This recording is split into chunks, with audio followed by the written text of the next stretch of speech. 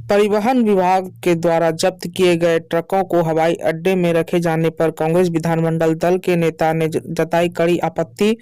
भागलपुर से हवाई सेवा तो शुरू नहीं हो सकी, लेकिन परिवहन विभाग द्वारा जब्त किए गए ट्रकों को हवाई अड्डा में खड़ा कर दिया गया है। गाय भैंसों का बसेरा बना हवाई अड्डा में अब ट्रकों का भी लगाया जा रहा है। भागलपुर विधायक सह कांग्रेस विधानमंडल दल के नेता अजीत शर्मा ने इस पर आपत्ति जताई है। उन्होंने कहा कि ये बिल्कुल नियम के खिलाफ है, प्रशासन सरकार का मखौल उड़ा रही है। उन्होंने कहा कि हवाई सेवा शुरू करने की जरूरत है, इसके लिए मैंने पहले भी विधानसभा में आवाज उठाया था, फिर से वहां इस मुद्दे को रखूंगा।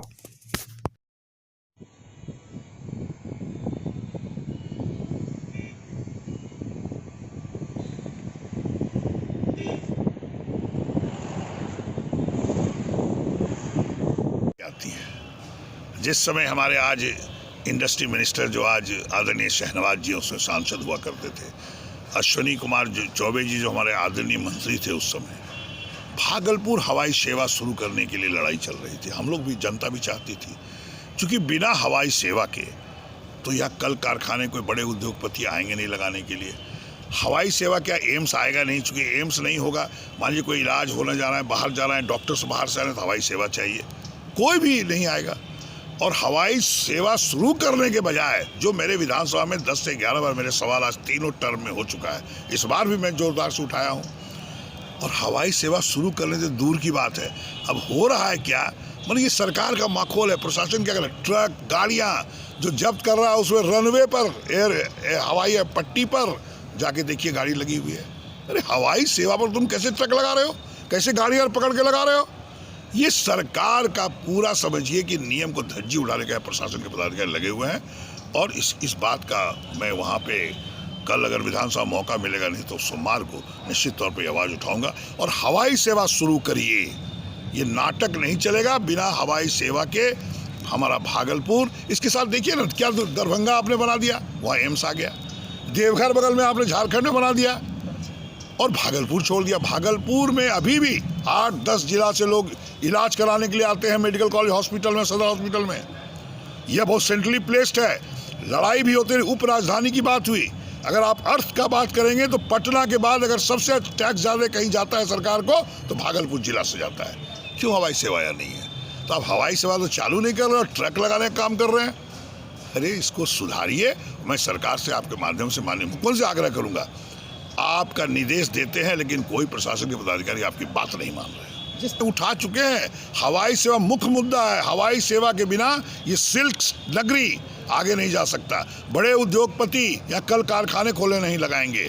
दूसरी बात, ये सिल्क पूरे विश्व में नाम है, विश्व के लोग आगे खरीदने के लिए, ये सिल्क उद्योग को बढ़ाने के लिए, कल कारखाने लगाने के लिए, किसी का ऐसा स्थिति हो जाए इलाज के लिए बाहर जाना पड़े, उसके लिए हवाई सेवा ज़रूरी है। मैं आवाज़ उठा रहा हूं। और इस बार माननीय अश्विनी मंत्री जी स्वास्थ्य विभाग में केंद्र में मंत्री थे, मैं 1 महीना पहले पढ़ा हूं कि 3 महीने अंदर इसको चलाऊंगा। और अगर 3 महीने के अंदर ये नहीं चलवाए तो सड़क पर जनता के साथ आंदोलन करेंगे और उनको जिला में घुसने के लिए बहिष्कार करेंगे।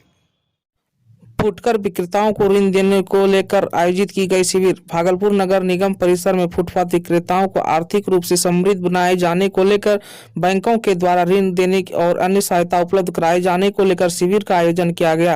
प्रधानमंत्री निधि से शहरी फुटपाथ विक्रेताओं को स्वावलंबी बनाए जाने को लेकर आयोजित शिविर के दौरान state bank of India, UCO bank, Allahabad bank सहित कई बैंक ने कैंप लगाकर सहायता प्रदान किया। इस दौरान बड़ी संख्या में फुटपाथ विक्रेता मौजूद रहे।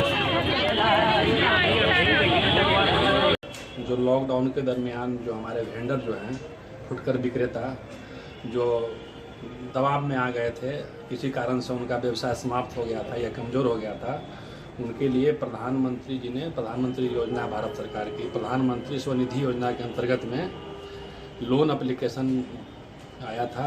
लोन एप्लीकेशन के बाद इनका डिस्बर्समेंट और सैंक्शन होना था। तो इस तरह से सरकार के आदेश के अनुसार हम लोग 6 तारीख को और 27 तारीख को और आज 13 तारीख है, 13 मार्च को 3 दिन विशेष रूप से कैंप आयोजन करके, और हमको इनके बैंक में जो है जितना आवेदन इनका था, आवेदन कुल 2800 आवेदन है अभी, तो कैंप से फ़ायदा भी हुआ है। यहाँ पर कुल लगभग 1000 से ऊपर लिस्ट सेंक्शन हो गए हैं और 600 के आसपास डिस्पर्स हो गया है। कितना पैसा मिलेगा? क्या कितना रुपया मिलेगा? 10,000 रुपये प्रति वेंडर को मिलना है इसके अंतर्गत में। और हम लोग जैसे इनको वोटर वेंडर आईडी और सर्टिफिकेट ऑफ वेंडिंग दोनों प्रोवाइड कर रहे हैं इनको, ताकि इनको लोन में किसी प्रकार की दिक्कत नहीं। आपका नाम क्या है? हम हुए सिटी मिशन मैनेजर DNVLM नगर निगम भागलपुर। भागलपुर पहुंचे पटना उच्च न्यायालय के मुख्य न्यायाधीश संजय कोरल ने बूढ़ानाथ में की पूजा। पटना उच्च न्यायालय के मुख्य न्यायाधीश संजय कोरल भागलपुर पहुंचे, जहां उन्होंने कड़ी सुरक्षा के बीच बूढ़ानाथ स्थित बमरसिया काली मंदिर व बूढ़ानाथ मंदिर में रुद्राभिषेक किया। बूढ़ानाथ मंदिर में 11 पंडितों द्वारा रुद्राभिषेक करवाया गया। इसके बाद वो पटना के लिए प्रस्थान किए। इस दौरान चप्पे चप्पे पर सुरक्षा के पुख्ता इंतजाम किए गए थे। इस दौरान जिला जज अरविंद कुमार पांडे, SDM आशीष नारायण सिंह, DDC सुनी कुमार समेत कई वरीय अधिकारी मौजूद थे। बूढ़ानाथ मंदिर समिति के सदस्य सह पुजारी सुनील कुमार ने बताया कि चीफ जस्टिस साहब बूढ़ानाथ मंदिर में पूजा कर काफी प्रभावित हुए और उन्होंने फिर यहां आने की बात कही।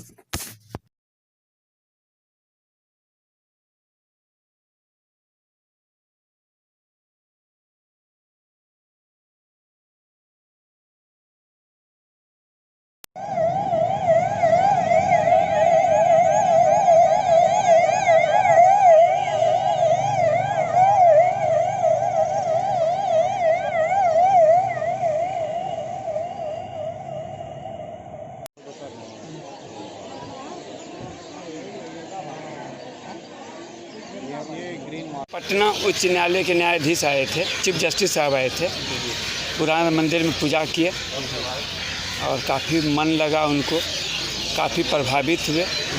बाबा बिरदेश्वर नाथ का पूजा देख करके करा करके बहुत संतुष्टि उनको मिली।